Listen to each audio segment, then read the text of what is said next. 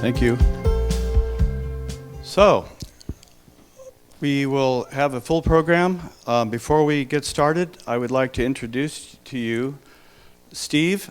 He is the co-manager here at Casa de Maria, and he would like to say a few words of greetings.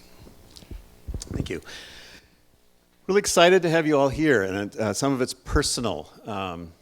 In the early 70s, I was an undergraduate at UC Santa Barbara, and there was a lecturer there named Raghavan Iyer.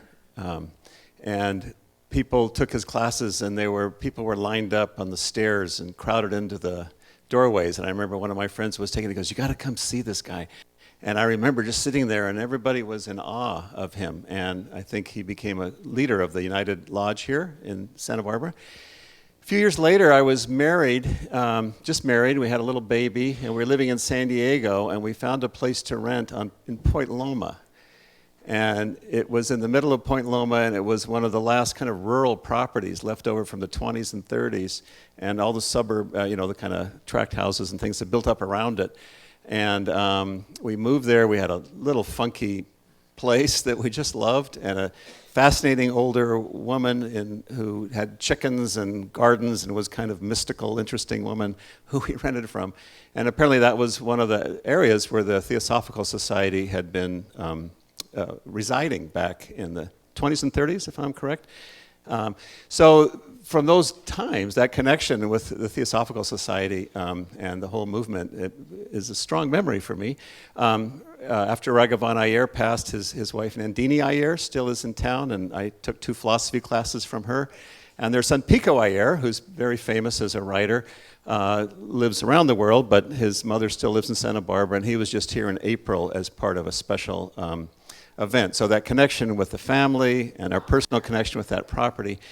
But then with La Casa, I'll give you a little history, and then I'll tell you why I think it's relevant for you all. As you may know, this property was originally a 26-acre private estate purchased in 1942 in the 20s, by a wealthy family, and they built a beautiful stone manor house and some other buildings, a cottage for their piano teacher, a 2-story building for the mother-in-law, some horse stables.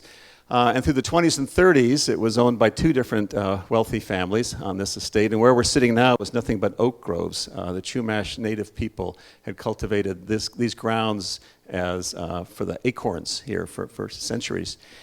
But then in 1942, the Immaculate Heart Sisters of Los Angeles purchased this property, this 26 acres, for a novitiate, for the training of young nuns. It was in 1942, World War II had just started, and some of you who are local from Goleta would know that a little Japanese submarine lodged a little shell over on the bluffs, and real estate prices went down, and the Immaculate Heart women saw this as an opportunity, and they bought this 26 acres for $35,000, including the stone manor house and these other outbuildings.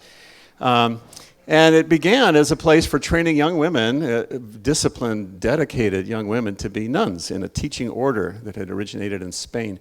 So in the 40s and 50s, these buildings, like I said, didn't exist, and everything was centered up in the north part. And at one time, there were 90 young women training to be nuns here on this property, going into teaching and later into healthcare and those kinds of things. In 1955, they decided to create a place for Catholic married retreats. So the rooms you're staying in, if you're staying in those rooms over there, those were all built at that time.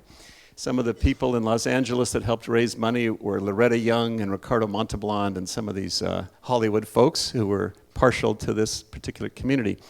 But in the early 60s, Vatican II came along, where the Pope, just kind of like the current Pope, a very progressive Pope, wanted all the orders to reflect on becoming more connected and relevant to the world and make changes. Immaculate Heart Sisters took that very seriously.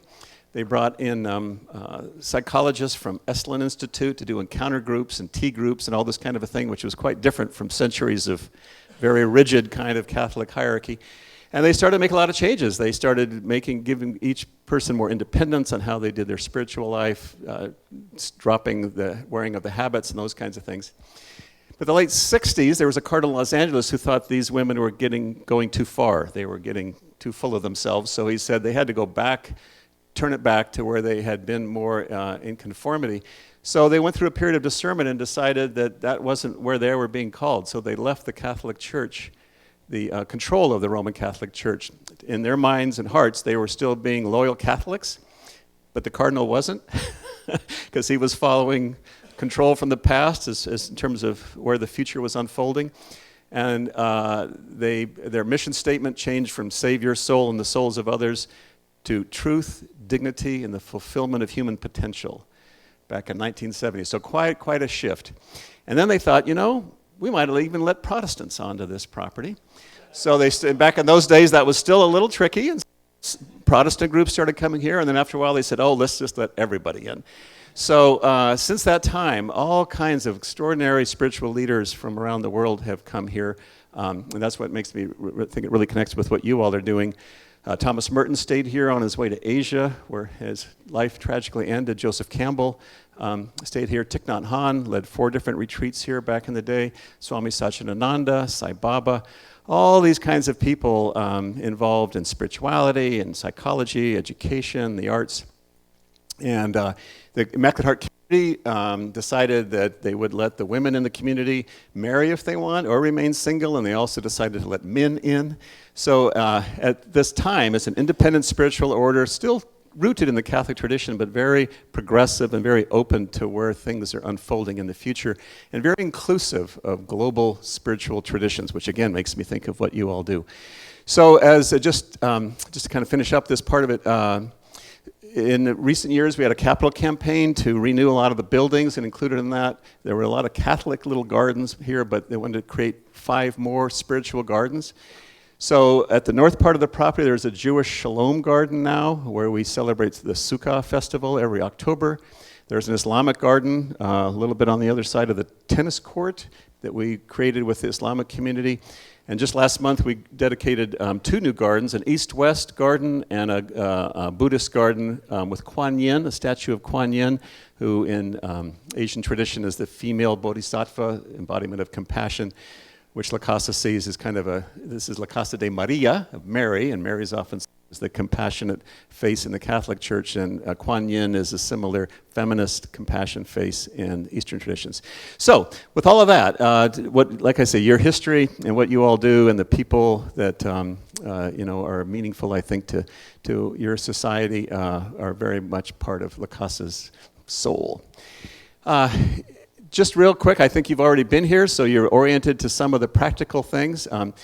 I think you can ask me some questions here, but the bookstore, the gift store, which is a wonderful little eclectic bunch of fascinating things, is going to be open from 12 to 4, and that's just in the back part of that building. Any other questions about practical things or thematic things about La Casa? Okay. Great. Well, wonderful to have you here.